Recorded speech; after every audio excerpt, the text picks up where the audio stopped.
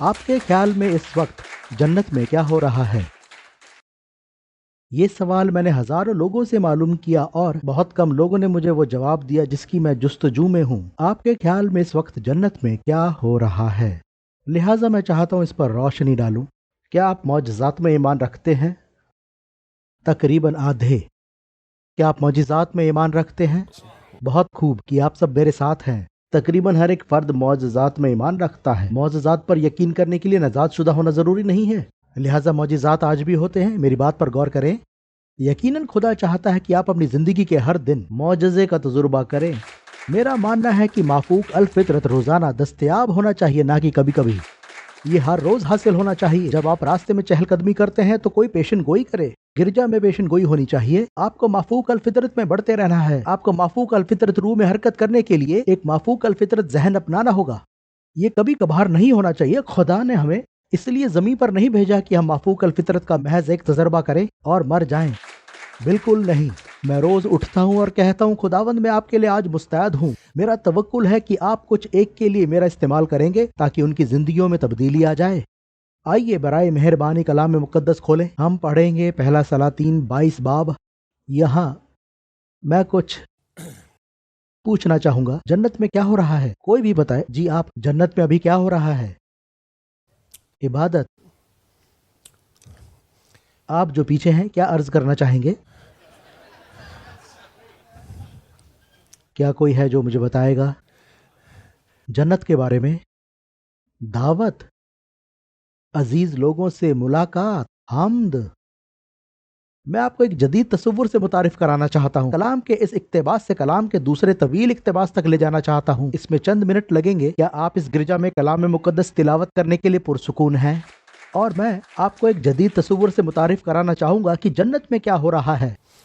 3 برس تک اسرائیل اور آرام کے درمیان صلح رہی، اور تیسرے سال یہودہ کا بادشاہ یہوشافط شاہ اسرائیل کے یہاں آیا۔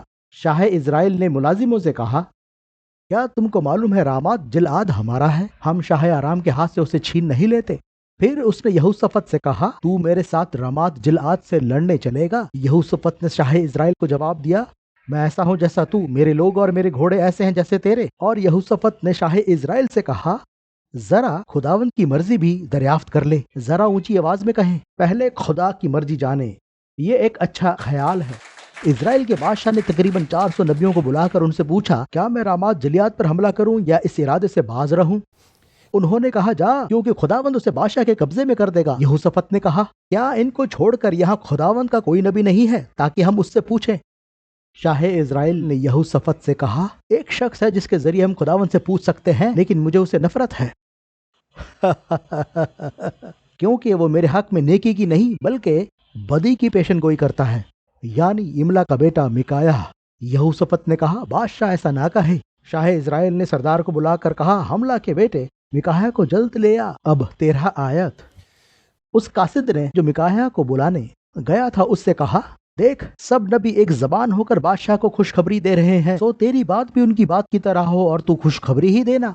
میکایہ نے کہا، خداوند کے حیات کی قسم، جو کچھ خداوند مجھے فرمائے میں وہی کہوں گا۔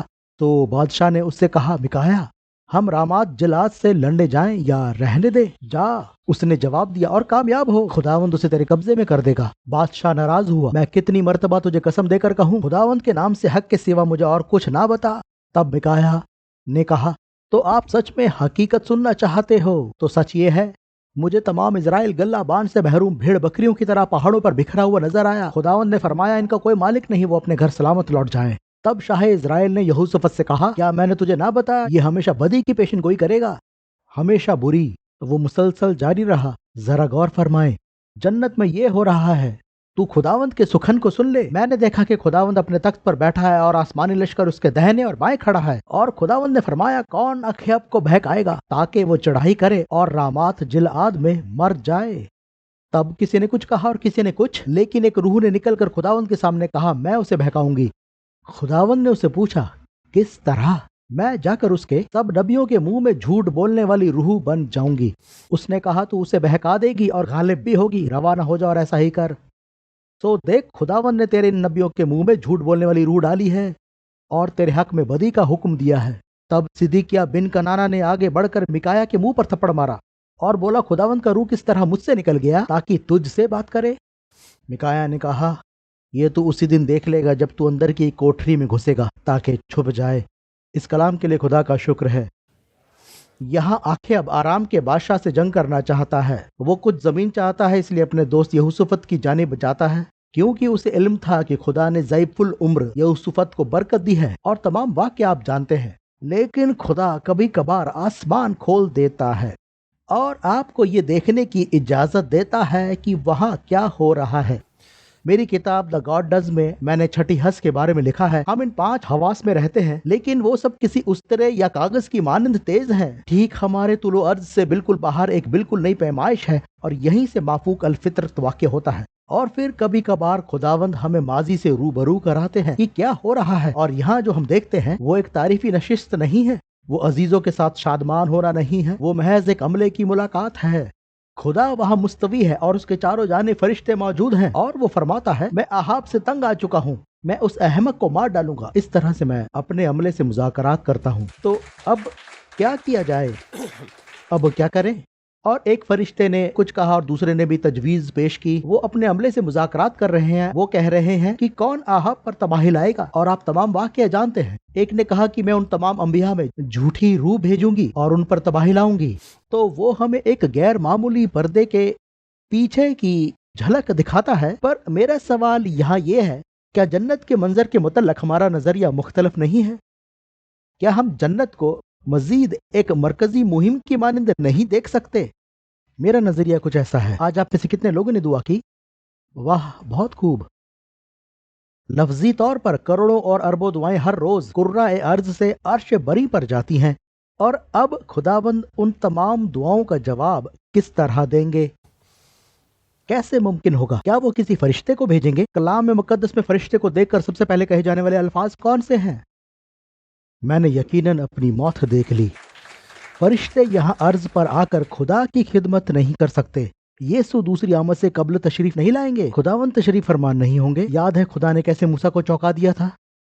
ताहम ये तमाम दुआएं ऊपर पहुंचती हैं, मानो ये जन्नत में एक मरकजी मुहिम पर जा पहुंचती हैं। दूसरा तवारीख 16 बाब 9 आयत में कलाम फरमाता है, क्योंकि खुदावंद की आंखें सारी जमीन पर फिरती हैं ताकि वह उनकी इमदाद में अपनी ताकत दिखाए। शायद आपकी गली में कोई ऐसा शख्स है जिसने आज सुबह दुआ की, खुदावंद मुझे 50 रुपए की जरूरत है। खुदावंद आपकी गली में किसी पर मेहरबान होने वाले हैं कि जाओ उस बहन को 50 रुपए दे दो। शायद आप स्कूल में किसी से मुलाकात करें जो कलाम के तलबगार हो, वो अफसूरदा और हौसला शिकन हो, और खुदा ढूंढता है किसे इस्तेमाल करे, और वो जरूरतमंद आपके पास आ पहुंचता है और आपको मुकाशफा मिलता है।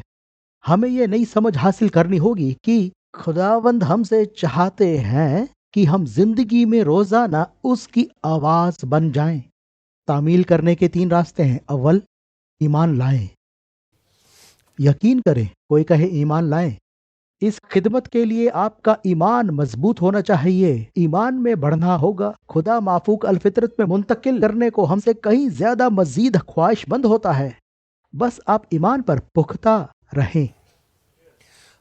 मैं इतवार की सुबह गिरजा की खिदमत पर फाइज था। तकरीबन 1000 अफराद थे। खिदमत की अंजामदही पर खुदावंद ने फरमाया, उस खातून को देख।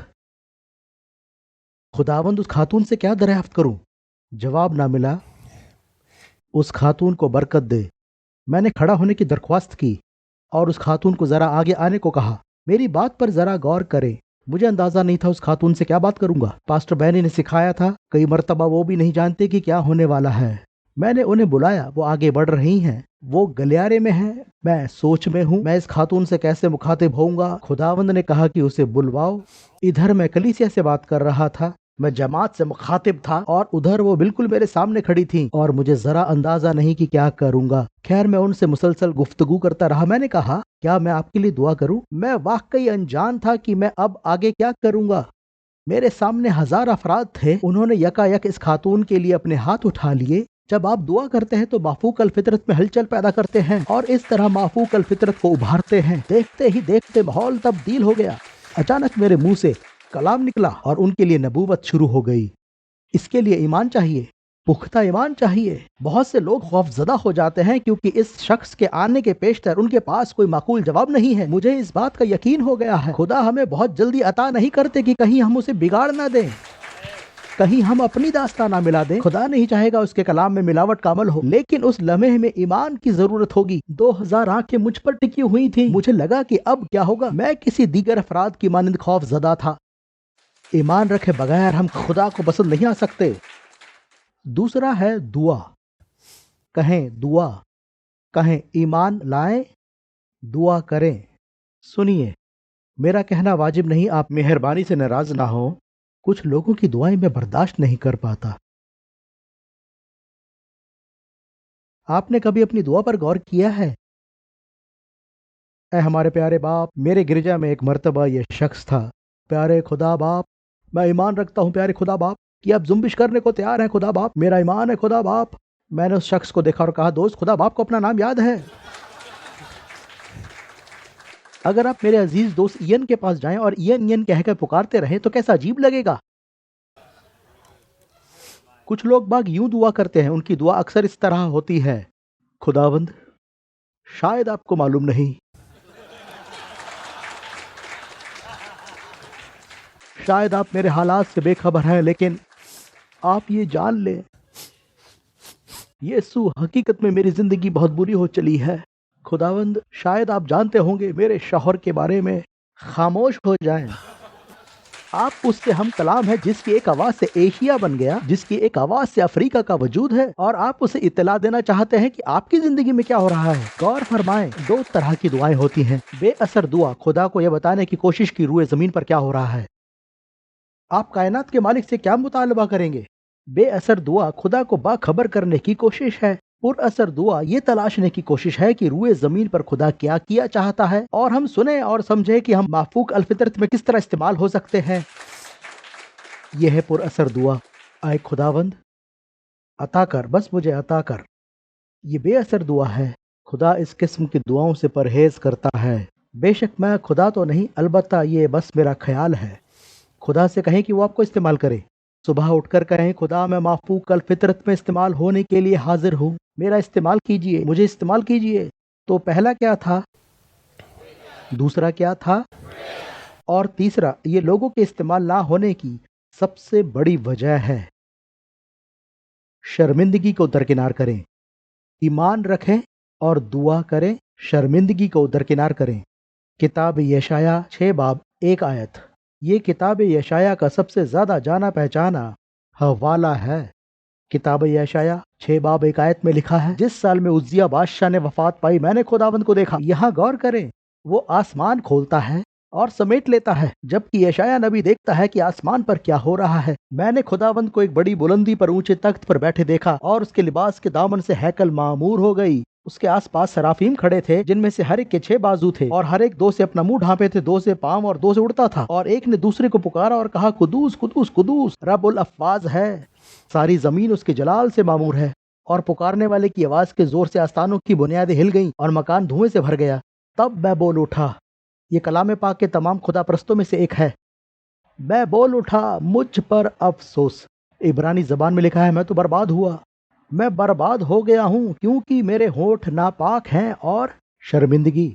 मैं नजिस लब लोगों में बसता हूँ, क्योंकि मेरी आंखों ने बादशाह रब्बुल अफ़वाज को देखा। तब सराफीम फरिश्तों में से एक उड़ता हुआ मेरे पास आया। उसके हाथ में दमकता कोयला था, जो उसने चिमटे से कुर्बान गाह से लिया था। उससे मेरे मुंह को छुआ और कहा, इसने तेरे लबों को छुआ, बस तेरी बदकिरदारी दूर हुई। मेरे साथ कहें, तेरी शर्मिंदगी बदकिरदारी दूर हुई और तेरे गुनाह का कफ्फारा हो गया। उस वक्त मैंने खुदावंद की आवाज सुनी, जिसने फरमाया, मैं किसको भेजूं। यहाँ मुज़ाकरात जारी है, मैं किसको भेजूं, हमारी तरफ से कौन जाएगा। मुझे ये बात आपके साथ सियाक को सबाक पे रखने दीजिए। शाहे उज्जिया अभी मरा ही था। वो यशाया का चचा जाद था और बहुत नेक इंसान था।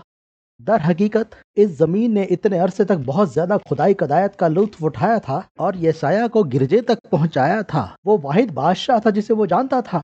वो खुद गिरजा पहुंचा और एक दुआया इज्तिमा में था। मैं यही कहूंगा, दुआ कीजिए, दुआ करे। वो औता के दुआ में है और पूछ रहा है, खुदा हमें इस मसले के बारे में क्या करना चाहिए। अब हमें एक नया बादशाह चाहिए, एक बादशाह का होना जरूरी है। और यकायक खुदा आसमान खोल देता है। खुले आसमान के बीच यशाया कारकुनान के साथ मुज़ाकरात में है, जहाँ खुदा पूछता है, मैं किसको भेजूं, कौन हमारी तरफ से जाए। और यशाया ने सोचा खुदा उसे ना देखेगा। उसने अपना हाथ उठाया और चिल्लाया, सुनिए सुनिए सुनिए, मुझे इस्तेमाल कीजिए, मैं जाऊंगा। फिर उसे एहसास हुआ, अरे ये क्या, मुझ में बदकिरदारी है। क्या शैतान आपसे कभी उन कामों के बारे में वसवसा डालता है जो आपने माजी में किए, हालांकि वो लहू के मातहत है? यहाँ यशायाह की जिंदगी में यही चल रहा था। अलबत्ता खुदा ऐसे लोगों की तलाश में है जो आगे बढ़ सके। मैं समझता हूँ कि पहली वजह तो ये है कि लोग माफूक अल फितरत में नहीं बढ़ते हैं क्योंकि शैतान उनकी जिंदगी में अपनी शर्मिंदगी की चाल को सरअंजाम दे चुका है। शर्मिंदगी और आप खिदमत से बाहर। खुदा आपको आपके हमसाया के लिए कलाम देगा, लेकिन अगर शैतान आपको आपकी शर्मिंदगी की बदौलत खरीद लेता है कि तू तो नापाक और नालायक है, तू बिल्कुल ये काम करने के लायक नहीं, तू खुद को क्या समझता है? शर्मिंदगी, शर्मिंदगी। रोशनी तब भी रोशनी है अगरचे वो रोशन नहीं। रोशनी तब भी रोशनी है अगरचे वो रोशन नहीं।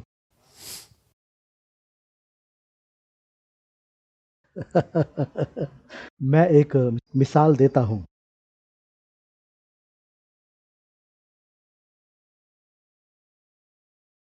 मिसाल के तौर पर मान लीजिए आपके दरवाजे पर डाक आती है। जुनूबी अफ्रीका में ये निज़ाम कैसा है आंड्रे? ठीक है, बढ़िया। मेरे अजीज आंड्रे जुनूबी अफ्रीका से हैं। अगर आप कभी जोहान्सबर्ग जाएं तो आंड्रे के चर्च में ज़रूर जाएं। डाक के ज़रिए दरवाजे पर एक पार्सल आता है, लेकिन वो शख्स जो सामान फराहम करता है वो गलीज शख्स है। मैं ज़ाहिरी की बात नहीं कर रहा। ये लड़का सारी रात बाहर था, यानी उसकी कमीज तक बेतरतीब है, यहाँ तक कि एक सिगरेट उसके मुंह से लटक रही है। हाथों के नाखून गंदे और मैले हैं। मेरा मतलब कि वो हर एक तरीके से गंदा है, और आप उसे पार्सल के साथ घर में आता हुआ देखते हैं। उसके हाथ में आपका पार्सल है। मैं चाहता हूँ आप इस बात को समझें, कुछ नहीं तो ये जरूर समझें। उसके हाथ में आपका पार्सल है, वो आपके घर की दहलीज पर है। घंटी बजती है और आप दरवाजा खोलते ही परेशान हो जाते हैं कि ये कौन है, इतना गंदा। अब ये डाकिए नहाते भी नहीं हैं। अचानक आपने देखा उसके हाथ में पार्सल है, उसमें भेजने वाले का नाम है खुदा। 777 सुनहरी दरवाजा, जन्नत, 7वें आसमान से, और पार्सल पर आपका नाम लिखा है। तब आपकी नजर कहां होगी? क्या आपकी नजर उस गंदे डाकिए पर होगी? नहीं, क्योंकि उसके पास एक पार्सल है जिस पर आपका नाम लिखा है, और वो खुदा की तरफ से है। गौर फरमाए, मैं यहाँ ये नहीं कह रहा, मेरा मतलब ये नहीं कि हम गुनाह करते रहें ताकि फजल में इजाफा हो, लेकिन कोई भी इतना मुकद्दस ना होगा कि मुकम्मल तौर पर खुदा के लिए इस्तेमाल हो। ये हमारी जहनियत है कि हम खुदा के इस्तेमाल के लिए वाकई मुकद्दस हों, जबकि ऐसा बिल्कुल नहीं है। खुदा के फजल के लिए शुक्रगुजार हों। वो हम गिरी हुई मखलूक और टूटे हुए बर्तनों को इस्तेमाल करता है, और हम खुदा के लिए इसलिए इस्तेमाल किए जाते हैं क्योंकि हम कभी भी मुकद्दस नहीं बन सकते दोस्तों। हम खुद पाक ना हो पाएंगे। मेरा पहला दिन था, और पास्टर बैनी, मैं आपका शुक्रगुजार हूँ। मैं किसी और ऐसे शख्स को नहीं जानता जिसने माफूक अल फितरत में पास्टर बैनी से ज़्यादा मेरी ज़िंदगी में असर किया हो।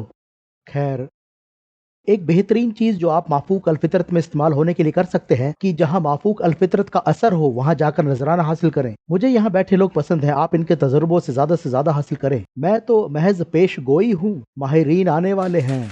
आप उनसे रूबरू होंगे आज रात। मैं चाहूंगा आप उनसे रफाकत रखें, उनके इर्द गिर्द आप उनसे बहुत कुछ हासिल कर पाएंगे। आप इसलिए इस कॉन्फ्रेंस में हैं कि उनकी सोहबत में रहकर उनके तजुर्बों से कुछ हासिल कर पाएं। अब यहाँ पर किसी के लिए मेरे पास कलाम है। कोई शख्स है जो मेरी आवाज सुन रहा है। आप सोच रहे हैं कि मेरी जिंदगी फना हो चुकी है, ये खिदमत बेकार है, हर एक शय बेकार है। यहाँ मैं इस लफ्ज का इस्तेमाल कर सकता हूँ। जरूर कोई एक शख्स है, और ये अभी मैंने रूह को सुना, और मैं आपकी खिदमत को देख सकता हूँ। आप तकरीबन खिदमत को तर्क करने वाले हो, यहाँ तक कि आप अपनी उम्मीद के आखिरी मुहाने पर हो। लेकिन मैं आपको बताना चाहता हूँ कि सब कुछ तब्दील हो चुका है। इस कलाम को सुनते ही सब कुछ मुंतकिल हो गया। अब आप देखेंगे कि आपकी दुआओं का जवाब आपको मिलेगा। सुनिए, इस लम्हा आपकी जिंदगी में चीजें मुंतकिल हो रही हैं। इस कलाम में कुव्वत है पास्टर बैनी। अगर आप यहाँ होते तो शायद ऐसा कलाम कई और लोगों के लिए भी होता। तो गिरजा में ये मेरा पहला दिन था। कैलिफोर्निया में हमारा गिरजा जिसका मैं पासबान हूँ। میں وہاں 7 سال سے ہوں. میں اور میری بیوی پہلی بار یہاں آئے تھے اور یہ گرجا تقریباً 80 سال پرانا ہے. اس وقت وہاں 1500 اراکین تھے اور وہ وہاں میری پہلی خدمت تھی. اتوار صبح کا وقت تھا. میں نہیں جانتا آپ کو اسمبلیز آف گاڈ چرچ کی تبلیغ اور اشتراک کے بارے میں علم ہے. بہرحال میں نے تبلیغ کی اور لگا کہ میں نے بہت اچھا کیا. گرجا بھرا ہوا تھا. اسی رات وہ میرے بارے میں اظہار رائے کرنے والے تھے اور میں اختتام پر تھا اور یکا یک خدا نے فرمایا پچھلی صف سے اس خاتون کو بلا. میں نے انکار کیا. پچھلی صف سے اس خاتون کو آگے بلا. میں نے کہا خداوند ابھی نہیں، لیکن یہ لفظ منہ سے نہ نکلا.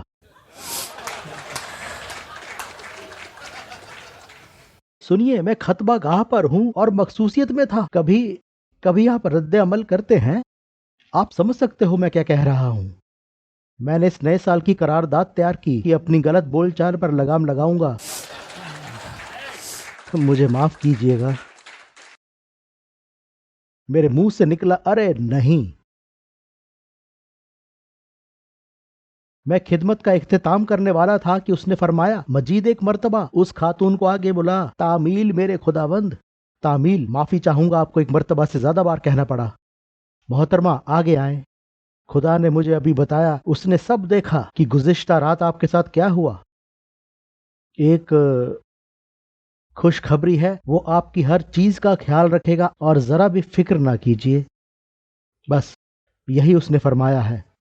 خدا کی خدمت بہت میسر ہے. آپ کو کوئی بوجھ اور جلدے اور کتب اور اشیاء کہنے کی ضرورت نہیں ہے. ذات خدا سے نکلا ہوا ایک کلام 10,000 وائز کے برابر ہے. ایک کلام، یہ فقط ایک کلام ہو سکتا ہے. میں نے بس وہ کلام کہا. میں نے کہا اگر چاہتی ہیں کہ میں آپ کے لیے دعا کروں تو یہاں آگے آ جائیں. شہر کی امیر ترین خاتون. گزشتہ رات شوہر نے کہا میں آج تجھے طلاق دے رہا ہوں. شادی کے 35 سال مکمل ہو جانے کے بعد میں نے دریافت کیا اس کلام کا دوسرا حصہ کیا تھا. کیا خدا نے یہ نہیں فرمایا وہ آپ کے لیے انتظام کرے گا؟ میں نے کہا کلام پر ایمان رکھیں. کیا آپ کو یقین ہے کہ آپ اس پر ایمان رکھ سکتے ہو؟ خدا کی الہیت پر ایمان رکھیں.